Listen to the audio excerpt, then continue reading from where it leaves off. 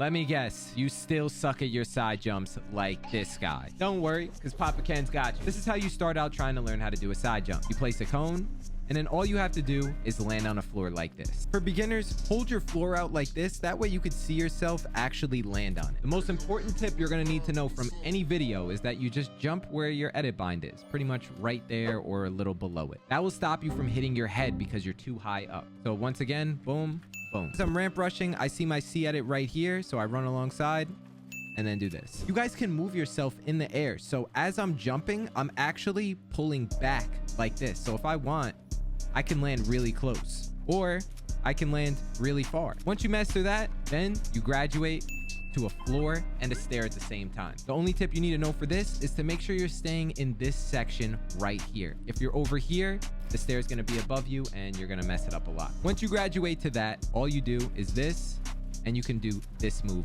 right here. This is the safest way to block your head while doing a side jump. It's used in a lot of retakes, so I would learn it. The most practical side jump is to do 2 walls and a floor on the bottom. A lot of times you might get this extra wall. That's totally fine. That's just extra protection, and there's nothing wrong with that. So once again, it's cone, that, and then you jump up and land on a stair. This one's almost impossible to land on a stair unless you do the elevated side jump where you sprint jump first. With the new movement in chapter 6, if you sprint and then jump on the corner, you're gonna leap away, and you can almost get a full tile away if you do it right. When you leap off the side like this, you could turn around and shoot right away. So in a side jump, it's the same sort of thing, and usually I place this wall here. The reason why you're jumping more than 1 tile away is because if I have high ground here and I see that you're about to side jump, I'm gonna double edit and try to piece you here. So when you leap away like this, you avoid the double edit, and you can probably shoot them and place a wall to block the return shot. The fastest way I found to pull out your shotgun, a lot of people will say to pull out your map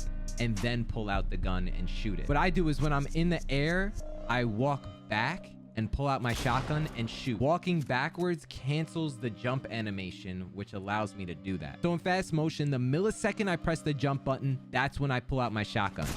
So it looks like this.